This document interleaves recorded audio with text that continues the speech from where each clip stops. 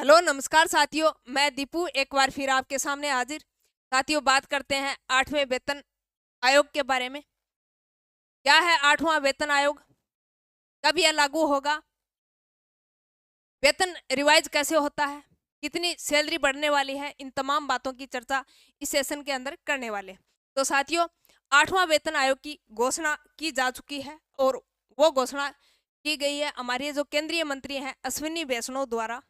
इनकी घोषणा 16 जनवरी 2025 को की गई है और अश्विनी वैष्णव ने यह कहा है कि जो ये 8वां वेतन आयोग है यह 2026 को लागू हो जाएगा।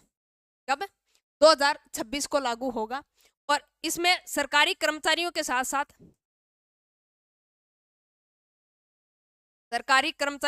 साथ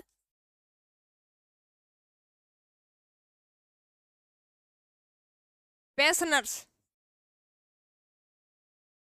यानी पेंशनरधारी है उनको भी इनका लाभ मिलने वाला है। कौन से वेतन आयोग का? 8वें वेतन आयोग का। और साथियों, यह 10 वर्ष के अंतराल पे लागू होता है। 10 वर्ष के अंतराल पे। तो आप कहोगे 7वां वेतन आयोग कब लागू हुआ था? तो 7वां 2014 के अंदर लागू हुआ था। 7वां 2014 में लागू हुआ था और उसके अंदर क्या है? फिटमेंट फैक्टर है। फिटमेंट फैक्टर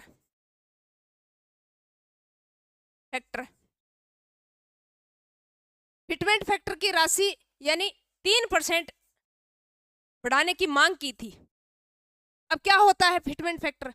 लेकिन सरकार ने लागू कितनी की थी? 2.57 2.57 यानी इतनी बढ़ाने की मांग की थी लेकिन लागू हुई 2.57। अब ये आप कहोगे ये फिटमेंट फैक्टर होता क्या है? यानी मान लीजिए आपकी सैलरी 10,000 रुपये, बेसिक सैलरी कितनी है? 10,000 रुपये।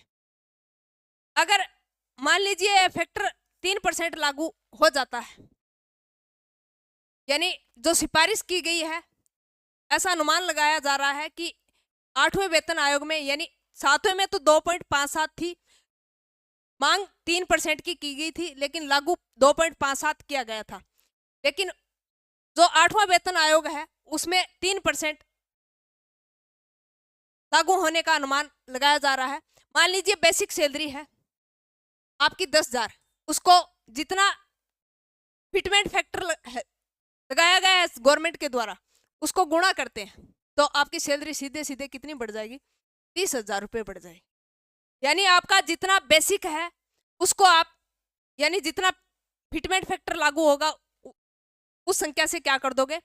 गुणा कर दोगे और वो आपकी क्या होगी? 8वें वेतन आयोग लागू होने के बाद आपकी सैलरी होगी। तो आप भी अपनी तैयारी को मजबूत तरीके से करते रहिए क्योंकि 8वां वेतन आयोग लगने वाला है। धन्यवाद।